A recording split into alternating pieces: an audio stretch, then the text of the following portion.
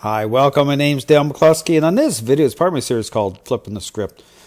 I want to, once again, focus in on the confusion that represents balanced dog training by way of how balanced dog trainers define and showcase change.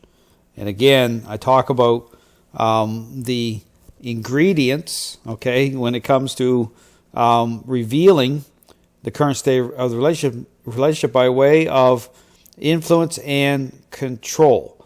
And again, referring to referencing the parenting example, which lines up almost perfectly when it comes to understanding this issue by way of, the current state of the relationship.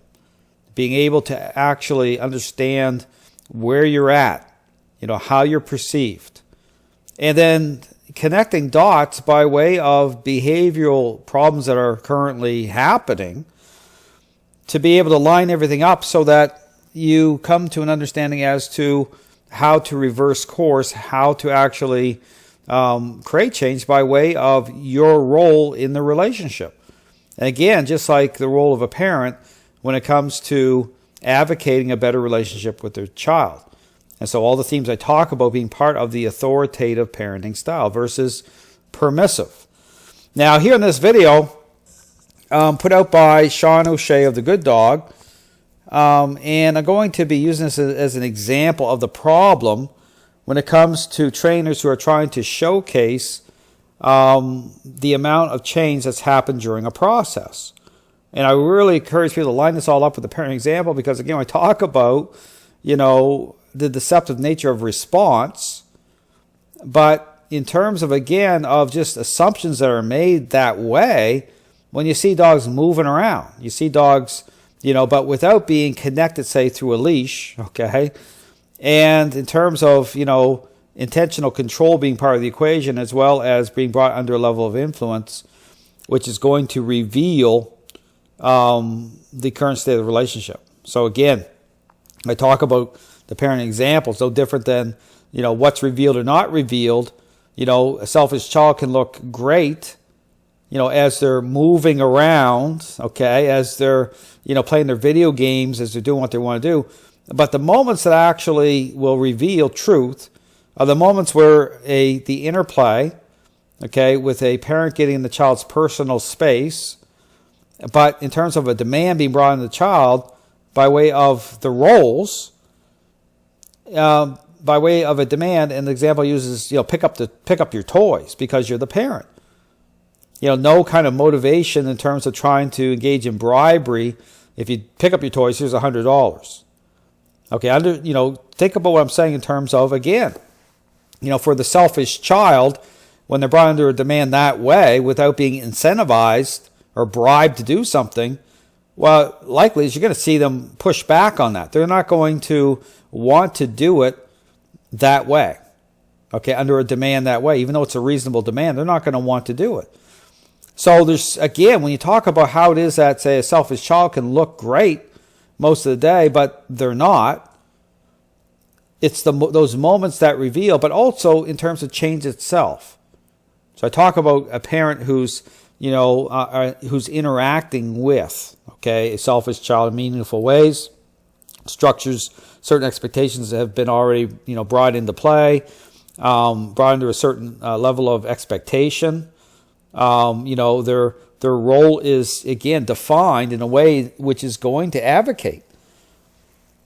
And so, again, I talk about, the dogs as social animals. And, when I talk about why it is that dogs don't like being walked on the leash, okay, being brought under intentional control and right beside you in what's called the heel position versus letting them walk out in front, well, there's a big difference, okay, in terms of appearances. And this is the problem. Understand that in terms of, again, revealing how the dog perceives you by way of bringing them under a level of intentional control, which is reasonable, and influence, well, that's going to reveal truth. But if they're off leash and they're moving around, you're going to see this in a moment, ask yourself the question, how you actually defining, how you're actually establishing change, how you actually defining that you can trust what you see. Well, you can't. Okay, understand that, this is the problem in the dog training world. The core ingredients need to be there to both reveal and to change.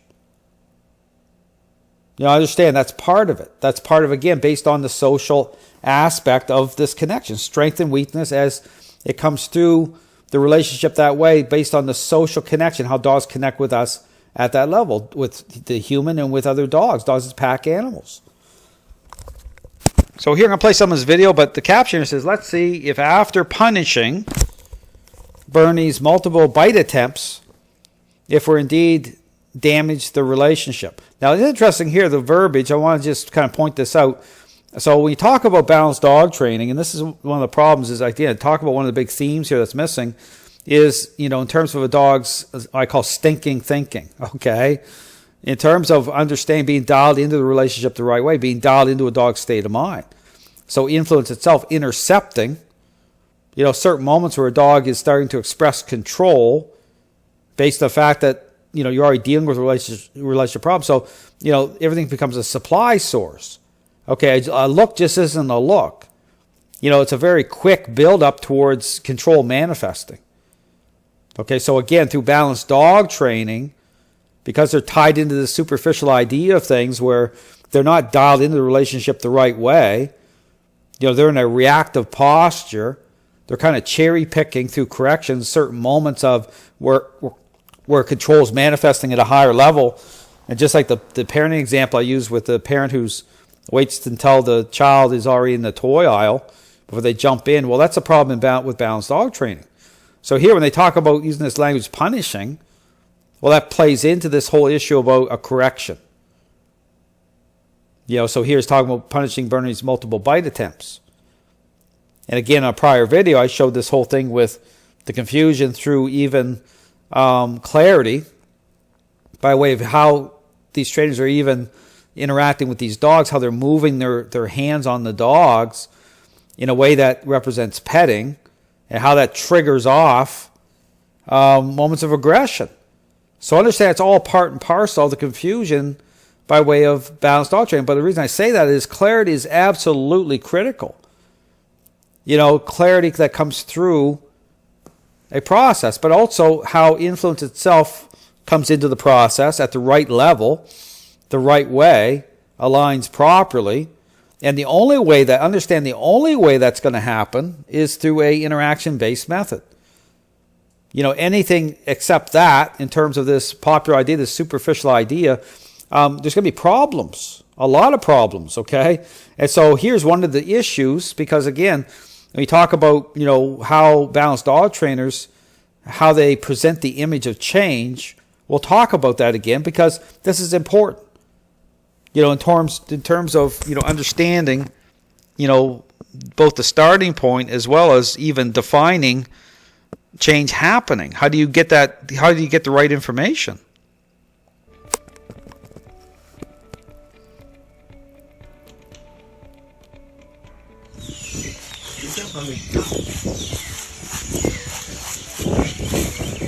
So here you got this dog, Bernie, okay, jumping around on this video right after saying, well, and again, the narrative here is, after, punishing the dog, let's look at, how great this dog looks, because this is attempting to illustrate or portray that, Bernie's great, and, like lots of changes happen, okay? But the thing to pay attention to, okay, I talk about what's revealed or not revealed. How do you actually even establish whether changes happen or not? Well, guess what? The ingredients have to be part of this. Intentional control, right, and influence. So if you get Bernie on the leash properly, okay, and start to bring him under intentional control, well, then you're going to see it, okay? You're going to be able to actually establish it. Because understand, there's no accident here. This is why I tell people, you don't have to wait or waste your time for, through this superficial idea of what training is. You don't have to wait for weeks only to find out that, you're still dealing with a relationship problem. And this is part of, this is the issue. When people are using treats, when dogs are off leash and they're moving around, they look fantastic in a training environment, right? And then you're saying, well, that looks great. The dog's doing a great down, a great sit, a great come. You get your certificate. Well, here's what I would encourage people to do. Well, you really want to know? Well, get the dog on a leash, before you get your certificate, right? And start to interact the way I show in my videos. And guess what? It'll all start to make sense because you don't have to wait, to find out after, investing time and money that no changes happen. Okay, you'll see it in real time and you put the dog on the leash because the dog's going to go into challenge. If the dog's holding control in the relationship, if you're being led in to believe things that aren't true, well, you're going to see it when you get a dog on the leash with control being part of the equation, and the dog starts to kick up, and then it'll make sense because then you say, okay, now I understand here because I'm using treats. This dog's looking fantastic. Well, again, consider the selfish child example I keep referring to in my videos. Getting a so-called professional to come into your home environment like Santa Claus, and you're in the middle of a relationship problem with a selfish child, and they just start to pull the stuff out of the Santa Claus bag for your selfish child to pick up their toys. Well, of course they're going to pick up the toys and be highly motivated to do so. But can you honestly believe that you can trust those responses based on that? Okay, I mean, just start to make the connections here. So here you got Bernie jumping all over the place here. I'll play some more of this. So there's the leash. The leash is dragging behind Bernie. Right? But even an aggressive dog can look fantastic off the, with no control, part of the interaction. But just like a selfish child can look fantastic too most of the day. Then you could assume, well, the child looks great. But then you put a demand on the child to do something because you're the parent. Well, watch out. Well, that's the truth. Okay, understand. And then connect all the other dots on top of that. Well, maybe it makes sense now. Well, your child's not getting along with their peers. So understand something here. The core ingredients have to be there. Okay, it's about relationship. It's part of the social connection. It's part of the relationship. If they're not there, then you got a problem because you're going to be assuming things that aren't true. You're going to assume the relationship's a lot better. That's why where that statement comes from, well, my dog is pretty good except. Okay, the pretty good part is the deceptive nature of appearances without, demand and control being part of, certain moments. How, things can look a certain way, look fantastic. Why do you think dogs can look fantastic doing a sit down, come and stay for a treat? And then the accept part, well, that's the truth. The accept part are moments where you're seeing bad behavior on display through, say, the dog's doesn't want to walk under control on the leash. You're having housebreaking issues. The dog's expressing through the relationship that way, that state of mind. It's an expression of control. You see dogs marking all over the place. Take the dog out to the bathroom, back in, the dog goes again. Put a dog inside a crate, which is a reasonable demand. Dog tries to tear their way out of the crate. That's control. Dog becomes very possessive of food. Dog's jumping all over people, invading their space. Control. But the dog can look fantastic as you're petting all over them. Or if they're just, wandering around the house. And look at this image here. How do you ask yourself the question, how do you assess, how do you establish any sort of a, relationship assessment this way? You can't, okay? But this makes sense when you start to, connect some dots through what this idea represents, the confusion, right? Because, approaching a relationship problem is a learning-based exercise. Well, it has all the missing ingredients. That's why people are again, understand just how common it is to invest time, money, and energy. Dogs look fantastic moving around the training environment. And then you go back into the real world, back home, and say, nothing's changed. And then guess what happens? The dog gets blamed. Must be something wrong with the dog. No, there's something wrong with this idea. There's everything wrong with this idea. Because it lacks the core ingredients. Okay, understand. It's part of dogs. It's their makeup. Okay, it's part of nature. It's part of what makes a dog a dog. Hierarchy, strength and weakness. It comes through the relationship that way. And again, through that connection, that social connection, it transfers through that connection to the human. It's very real. But again, if you take everything I say and again consider the parenting example, it'll all start to make sense. Your role, the critical role of the owner. So all to say here, this assessment, okay, it can look great, right? See, that's the problem. Appearances are very deceptive, right? A dog can look happy, their tail can be wagging before they bite somebody. Because the fulfillment part, that type of, express, control is about fulfillment. Control will offer up an image of, of a balanced dog. Just like a very selfish child can look great when they're getting what they want. They come into a level of agreeableness, right? So even the context, that's why I talk about certain concepts being problematic, such as counter conditioning. It's context. You just can't go by agreeableness. You have to connect all the dots properly to define whether or not the perception of the dog is actually changing the right way. But without the core ingredients I talk about, you can guarantee it's not. Okay, it's got to be defined. Those core ingredients have to be there from the very beginning. The foundation has to be right.